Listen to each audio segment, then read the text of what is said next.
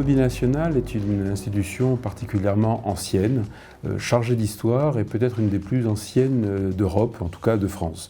En effet, le service du garde-meuble remonte au Moyen-Âge, lorsque le roi itinérant et sa cour avaient besoin d'un service qui devait porter tous les éléments à sa vie quotidienne, depuis les lits, les tapisseries et autres.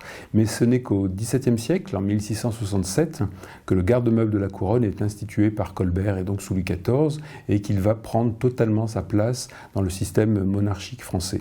Donc depuis 4 siècles, le Mobilier National pourvoit à exactement les mêmes fonctions. Il pourvoit les édifices officiels de la République française, depuis le palais de l'Élysée, le Premier ministre, les ministres et évidemment aussi les ambassades. Alors, pourquoi une telle longévité?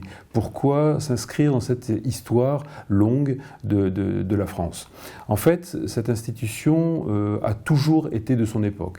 Le Mobilier National est un lieu d'art contemporain depuis 4 siècles.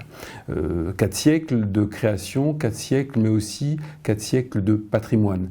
Et en fait, la richesse de cette institution, qui est unique en Europe, il n'y a pas d'équivalent, c'est d'être à la fois dans le passé, puisque nous avons plus de 200 000 objets patrimoniaux, et aussi dans cette vision du passé des ateliers de restauration.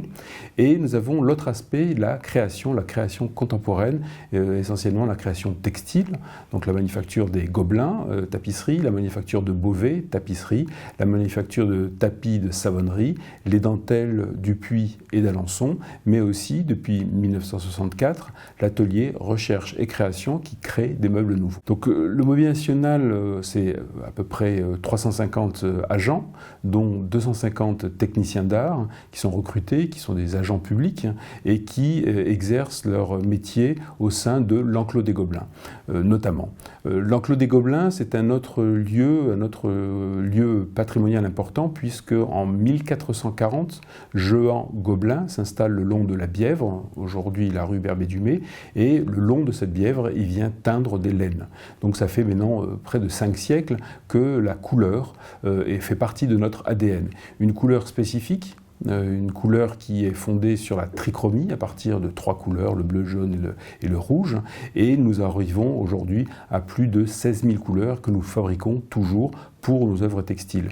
Ce qui fait aussi que dans notre patrimoine génétique, Jehan Gobelin, mais aussi Jean-Eugène Chevreul, qui a été notre directeur des couleurs et qui a fondé la théorie moderne, contemporaine, si je puis dire, de la couleur, puisque grâce à ses œuvres, il a fondé, notamment, il a contribué à créer l'impressionnisme, par justement toute la recherche sur les couleurs. Donc on voit bien que cette temporalité longue nous permet d'être à la fois totalement dans le présent et totalement dans le passé. Et c'est justement la richesse, l'immense richesse de cette institution, c'est qu'il n'y a pas de séparation de temporalité. C'est-à-dire le passé fait partie du présent et le présent fait partie d'un futur qui deviendra un passé. On voit bien qu'en raison de cette temporalité longue, évidemment, le Mobilier National est durable. On ne peut pas être plus durable en étant né il y a 4 siècles et en étant toujours dans le temps présent. Alors on est dans le temps présent à la fois par cette notion de créativité, cette notion d'utilité, nous sommes utiles à l'exercice du pouvoir en France, mais aussi on est durable parce qu'on s'inquiète aussi, on se préoccupe de notre époque. Et évidemment, notre époque est empreinte de la question de la durabilité et elle nous a rattrapés, mais elle n'a jamais été éloignée. En fait, la question de durée est consubstantielle à nos créations. Notamment, par exemple, dans les couleurs, une des préoccupations majeures depuis plusieurs décennies, c'est que nos couleurs durent. Elles doivent durer 3-4 siècles. Donc c'est pour ça qu'il y a quelques générations, on a abandonné la teinture végétale pour aller vers du chimique, parce qu'on s'est rendu compte que le végétal en fait, se détruisait par la lumière au bout de quelques dizaines d'années, qu'en revanche le chimique durait beaucoup plus. Donc en fait dans un bilan de durabilité, une couleur chimique pouvait durer plusieurs siècles, tandis qu'une couleur végétale ne pouvait durer que très peu de temps. Donc voilà ces questions en fait qui sont totalement inscrites dans cette temporalité longue, dans cette durabilité. Les autres aspects de la durabilité au mobilier national, c'est la question des matériaux. Évidemment, durer 4 siècles, c'est être dans les savoir-faire, mais c'est aussi être dans le choix de matériaux qui vont durer le plus longtemps possible, et ça a toujours été notre capacité à créer, c'est se dire dans 10 ans, 20 ans, 30 ans, 100 ans, 300 ans, que nos successeurs puissent réparer, puissent réinterroger ces œuvres et puissent les utiliser. Donc évidemment, les matériaux nobles, naturels, comme le bois, comme la pierre ou autres, sont des éléments très importants, mais il y a aussi la question centrale de la laine. La laine est le matériau principal de nos tapisseries, de nos tapis, et nous réinscrivons depuis quelques années sur la relocalisation de la laine française. En effet, pour X raisons, nous avons dû acheter de la laine en Nouvelle-Zélande et en Australie, et on continue en fait, parce que en France et en Europe, nous avons abandonné la laine à un triste sort. Elle est en effet devenue un produit périssable, un produit jetable, et surtout considéré comme un détritus. Donc on participe avec un collectif, le collectif Tricolore, à ce que nos moutons en France, petit à petit, redonnent de la laine pour être utilisés dans des vêtements, mais aussi dans nos tapisseries. Donc voilà, une des préoccupations, c'est aller jusqu'à l'interrogation de la laine, mais on peut dire de la même chose du lin, on peut dire aussi de la même chose du bois, essayer de faire venir du bois de nos forêts et pas de l'autre bout du monde. Donc c'est des questions petit à petit qui imprègnent nos pratiques. On se pose aussi la question sur nos liants, nos cols. On utilise des cols de peau de lapin, parce que justement, ce n'est pas des cols chimiques, ce n'est pas des cols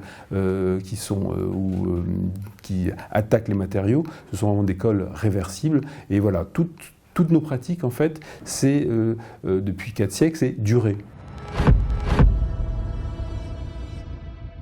D'autres projets futurs, sur les matériaux notamment, c'est la création dans un an ou deux d'une matériothèque éco-responsable où justement on aura pour une première fois une des plus grandes bibliothèques de matériaux qui seront ouverts à notre campus, le campus de mode, métier d'art, design, manufacture des Gobelins, où les jeunes étudiants pourront apprendre ce que c'est que la pratique des matériaux.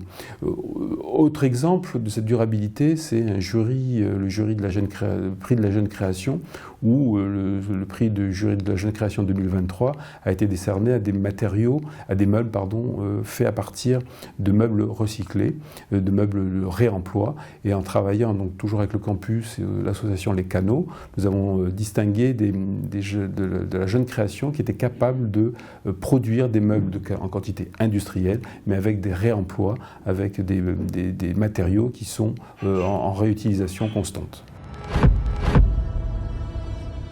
La question de la durabilité est au cœur des réflexions du mobilier national, mais aussi du mouvement Slow Made qui a été lancé en 2012, dont je suis le créateur. Et on voit bien, avec tout ce que je viens de dire précédemment, que penser la durabilité, c'est penser au-delà du temps présent. Et il y a 2 aspects au cœur du Slow Made, c'est le temps et c'est le réel. Le temps, je l'ai expliqué, on se réapproprie le temps long, et encore une fois, le slow made, ce n'est pas la lenteur, c'est se réinterroger sur la temporalité longue, mais aussi brève, et sur son identité en tant que temporalité, mais c'est aussi se reposer la question, qu'est-ce que l'identité de l'Europe, quelle est l'identité de nos pays, de nos cultures, face à la durabilité du réchauffement climatique. Donc en fait, cette question de la temporalité, elle est essentielle, mais l'autre aspect, c'est la question du réel.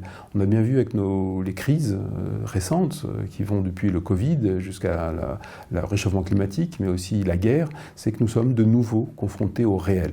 Le réel, ce n'est pas la réalité, le réel, c'est ce qui nous oblige, c'est ce qui se confronte à nous, et en fait, on peut là aussi soit le subir, soit au contraire, essayer de le travailler, essayer de le sublimer.